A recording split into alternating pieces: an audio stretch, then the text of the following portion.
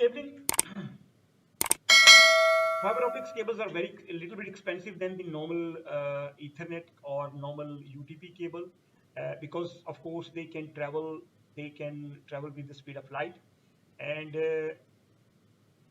we'll discuss one by one. So you can see these are the single mode. There are two types of fiber optics cable.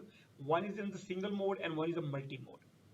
So in the single mode, as you can see, these are the inner and outer of the cable, glass cladding and polymetric coating, and there is a light. You can see there is a beam of light is coming as well. So small core, less dispersion, suited for long distance.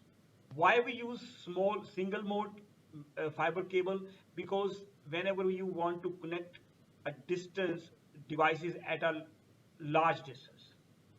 For example, there is a one switch here and the other switch may be in a Birmingham, or maybe 70 kilometers or 70 miles per hour miles distance from one to here. So you need to connect through BT lines, for example. So you will be using single mode fiber cable. So single mode is more expensive cable, plus connectors are more expensive because this will be used for the long distance, connecting the devices at the long distance.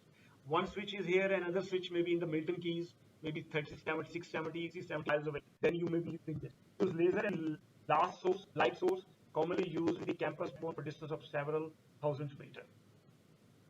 Multimode, whenever you need a less, the greatest dispersion and loss of signal, larger core is single coding cable. So you see this is the light, allow multiple path for the light. Use LED as the light source, suited for long distance application, but shorter than the single mode. So the main difference between single mode and multi-mode cables and connectors are less expensive than the single mode, because single mode cover the longer distance.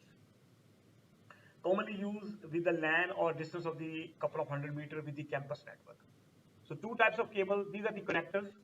You see this is the SC connector, the SE connector. There are at least 10, 20 different connectors, honestly telling you.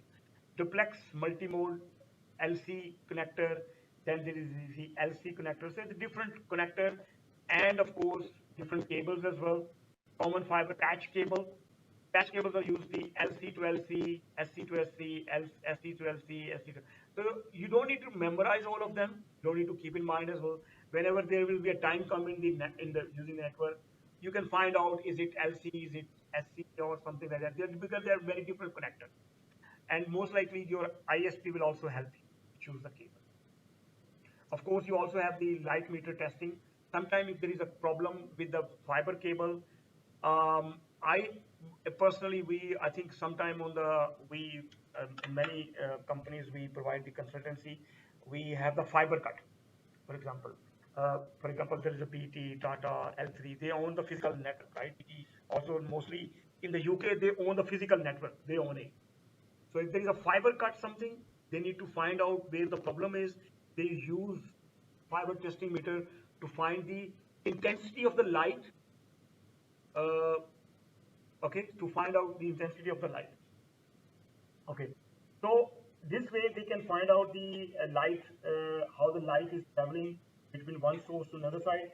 These cables are used, these cable testers are used for the physically testing the cables. Okay, fiber versus copper. As you can see, the UTP cables can go up to 10 gigabits, but fiber can go up to 100 gigabits, so at least 10 times more speed. Distance point of view, maximum 100 meter. This can go up to 100,000 meter. Okay. Immunity, EMI, low, high. Immunity, electrical hazard, high. Media, connector cost, lower and high. Insulation skill required, of course, this high. So these are two types of cabling we discussed: UTP and fiber optic cable.